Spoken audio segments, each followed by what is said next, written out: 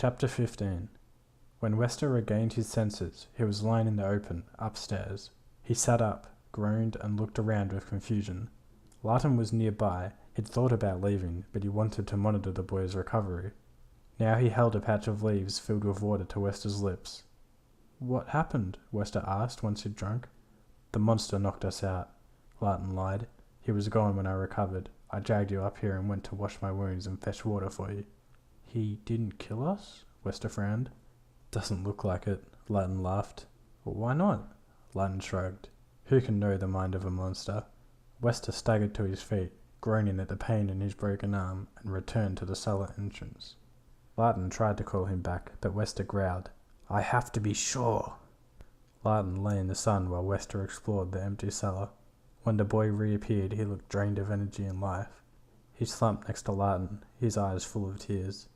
"I failed," Wester whimpered. "At least you tried," Larton consoled him. "We knew the odds were against us. We were lucky to survive." "I wish he'd killed me," Wester cried. "How can I go back? They'll think I didn't face him, that I was afraid." "Your wounds," Larton muttered. "Anyone can fake injuries," Wester snorted. He got up and looked around for footprints. "What will you do?" Larton asked. "Find the monster," Wester said. "I tracked him down once. I can do it again." Larton didn't comment on how crazy that was.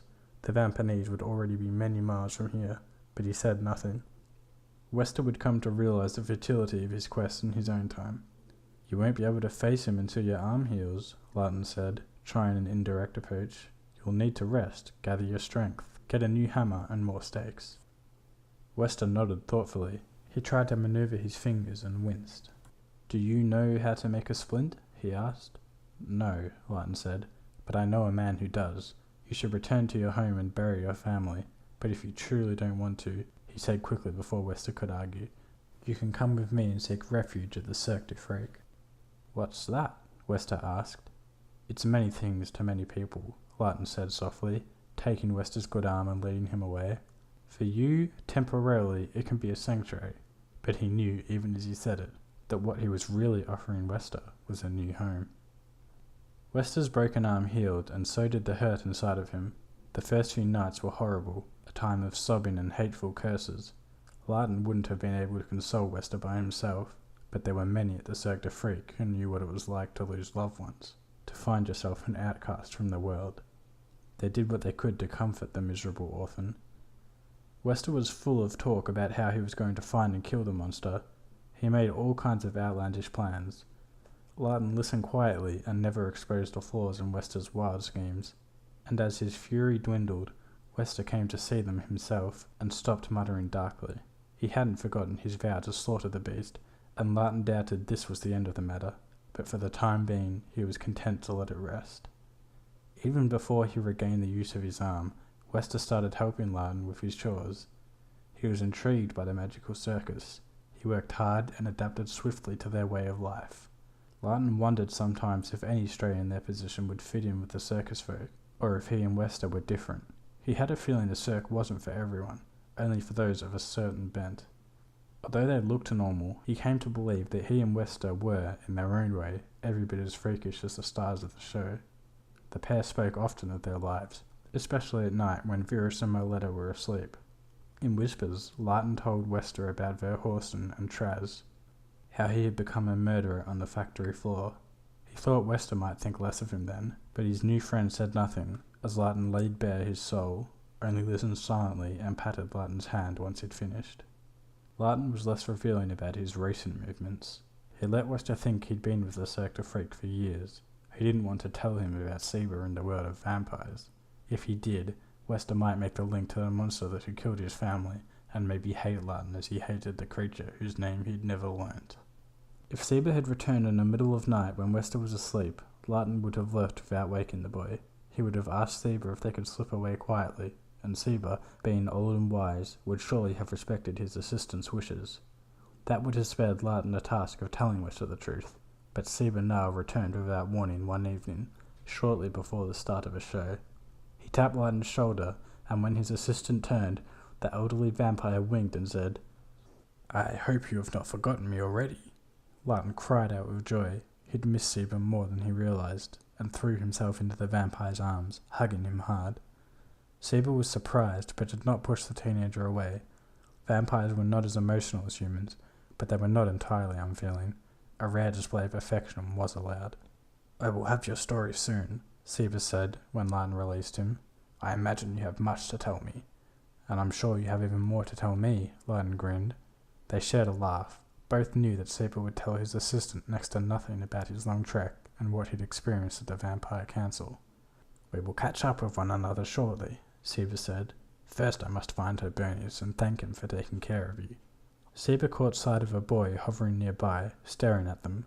He immediately sensed a connection between this stranger and Larton, but he didn't pursue it. Larton would tell him in his own good time if he wished. When Seba left, Weston nudged closer and asked, "Who was that?" Larton sighed. "My master." He set his tray aside and faced Wester. "We won't be working tonight. There's a lot I have to tell you. About me, my master, and vampires." Larton told Wester everything.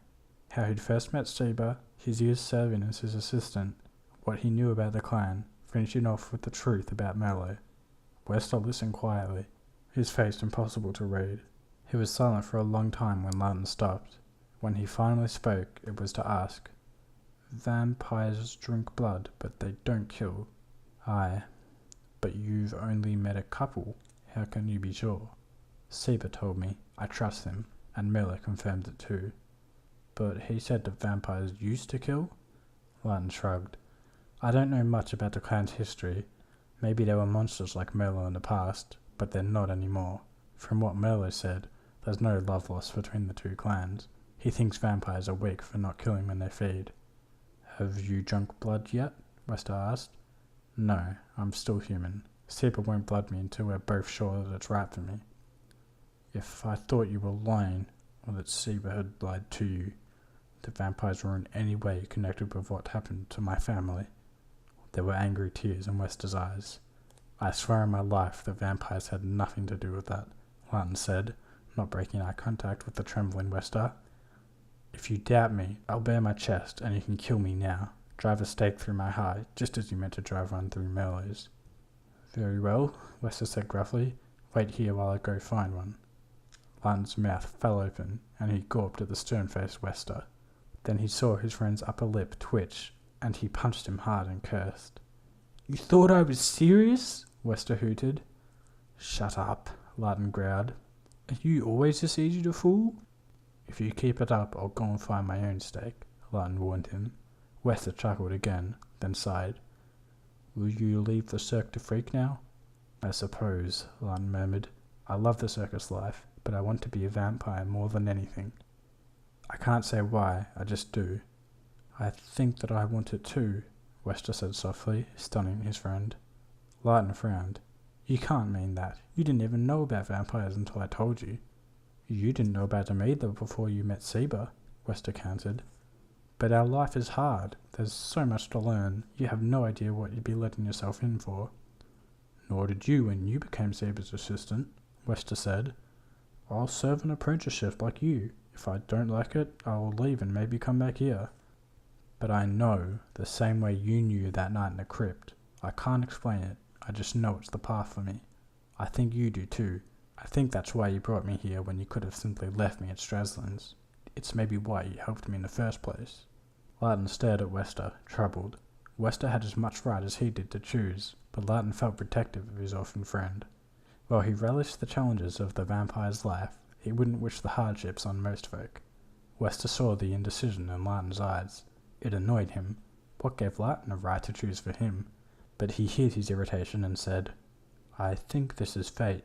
Would you deny me of my destiny?" Larton chewed his lower lip and shook his head. "It's not my decision to make.